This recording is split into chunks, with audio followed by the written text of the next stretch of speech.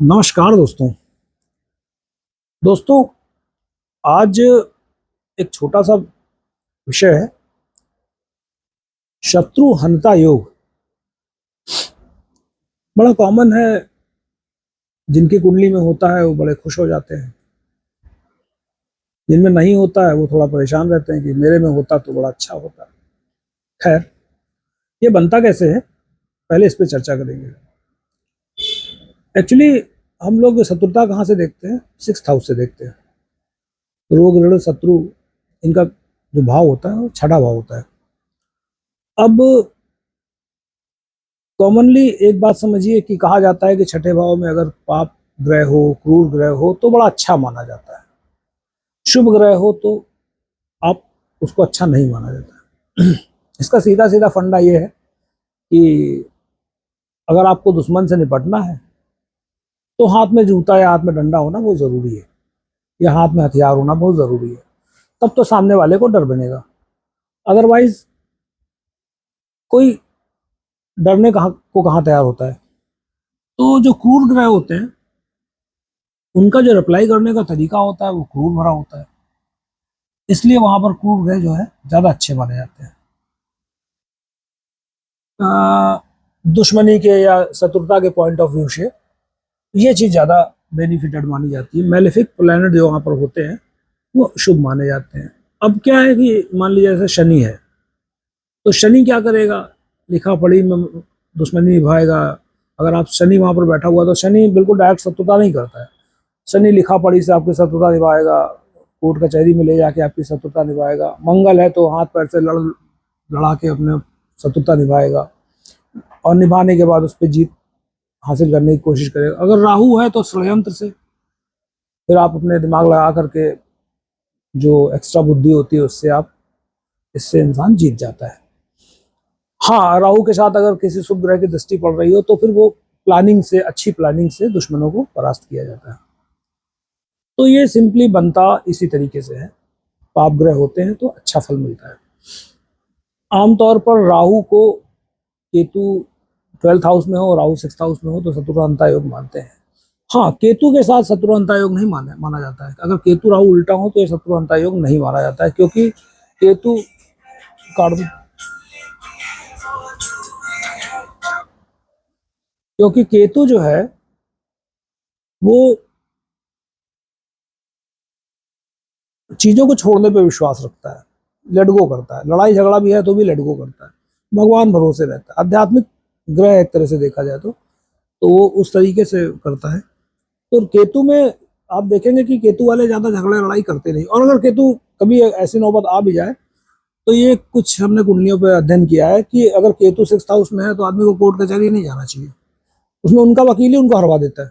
कुछ ऐसे पॉइंट दे देगा सामने वाले को बातों बातों में कि सामने वाले उसका लाभ उठा लेंगे। केतु के से अगर वहां पर है, शत्रुता करता है कोई व्यक्ति, तो उसका फिर भगवान मालिक होता है, फिर उससे ईश्वर निपटता है। ईश्वरी शक्तियां उसके लिए खड़े हो जाती हैं, वो खुद कुछ नहीं कर पाता। बाकी जो ये पाप ग्रह हैं इनमें ये खुद, जो जातक होता है खुद ही ये सक्षम होता है अपने आप में। तो इस तरीके से है। अब जिनकी कुंडली में है वो बड़े खुश होते हैं, और जिनकी कुंडली में नहीं है वो बड़े निराश हो जाते हैं कि यार दुश्मन परेशान करता रहेगा। अब जैसे एक उदाहरण लेते हैं, भगवान राम की कुंडली में शत्रुअंता योग बना हुआ। इसका एक ड्रॉबैक होता है। ड्रॉबैक क्या है कि अगर शत्रुअंता योग बना है तो बेशक आप अपने शत्रु से अगर लड़ेंगे तो अंततः आप जीत जाएंगे। अंततः आप जीत जाएंगे, ये नहीं कि लड़ा और तुरंत आप जीत गए। अंततः आप जीतेंगे, ये बात सच है।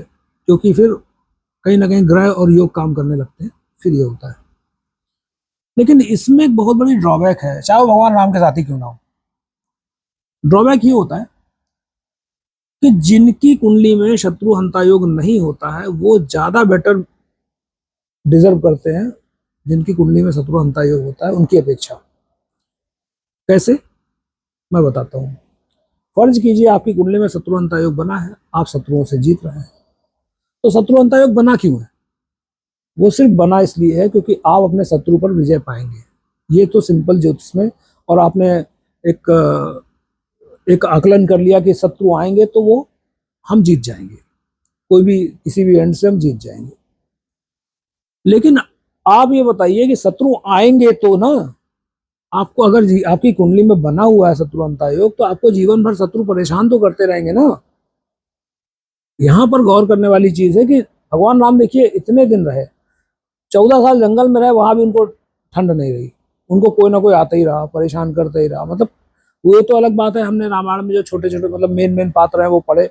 मान लीजिए अरण्य कांड है, अरण्य कांड में कितने राक्षस आए होंगे, एक भी दिन चैन से नहीं बैठे होंगे, तभी तो राक्षसों का नाश करते हुए गए।